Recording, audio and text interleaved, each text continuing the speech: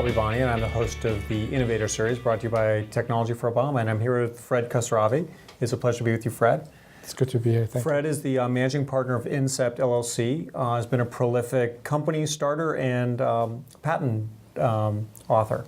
So Fred, you earlier spoke about a little bit your own history and the fact that you came over to the United States from Iran after the revolution, and I'm curious when you think, so with that as kind of context, and we asked the question about what should we as business leaders and as government officials do to still make this the innovative place that welcomes and allows a entrepreneur like yourself, fleeing Iran to come and be successful in this country?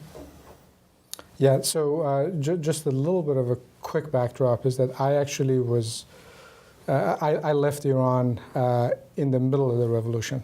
And I left when I was 17 years old and with limited amount of access to cash, basically. And I had to, went to school in Tennessee, in Cookeville, Tennessee. And I actually, my first job in the United States was a dishwasher at Opryland Hotel. So that's kind of where I started my career in the U.S.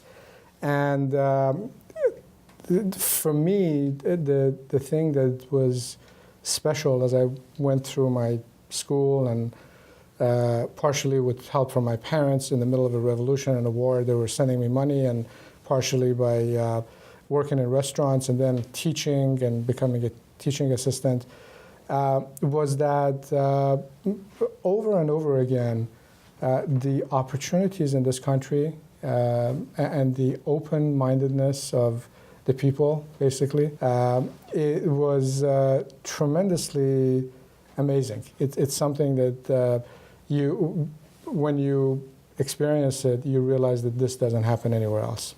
And the fact that people are supportive of you, the fact that there's no preconceived notion, basically, everybody has an opportunity if they want to. And it's about hard work and believing in something and wanting to really pursue it. And I think this is about the only place in the world where stuff like that happens. And the immigration issue, which has been tossed around as a political issue for the last 10 years, probably is a very personal issue for you. It is. I actually became, my pathway to citizenship in the United States was the Simpson-Mazzoli Act, which ironically allowed people who were in the United States illegally to get legalized and actually become U.S. citizens, to become permanent residents and then U.S. citizens. So when people talk about the DREAM Act and things like that, these are, I would assume, very important personal issues, very personal issues. Yeah.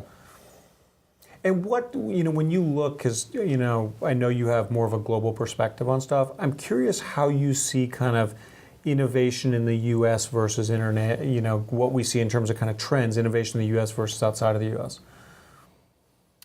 I think from just more of a personal perspective, not built into any kind of science, this is just personal gut feel speaking. It is very difficult to be able to duplicate the innovation in the U.S. It will happen. It's not going to be just because you have achieved certain level of power, you can actually innovate. Because I think the innovation in the United States, as we've said in some of these other segments, basically, it's about openness, it's about people believing in lifting other people, basically, and environmenting where we cultivate that sense of openness and being able to go out of the box, basically, that you actually get rewarded for it. You're not going to get penalized for going out of the box. You're not going to get put into jail, basically. Yeah. Well, it's very encouraging, and I really appreciate the time, Fred. It's been a pleasure. Thank you. Thank you.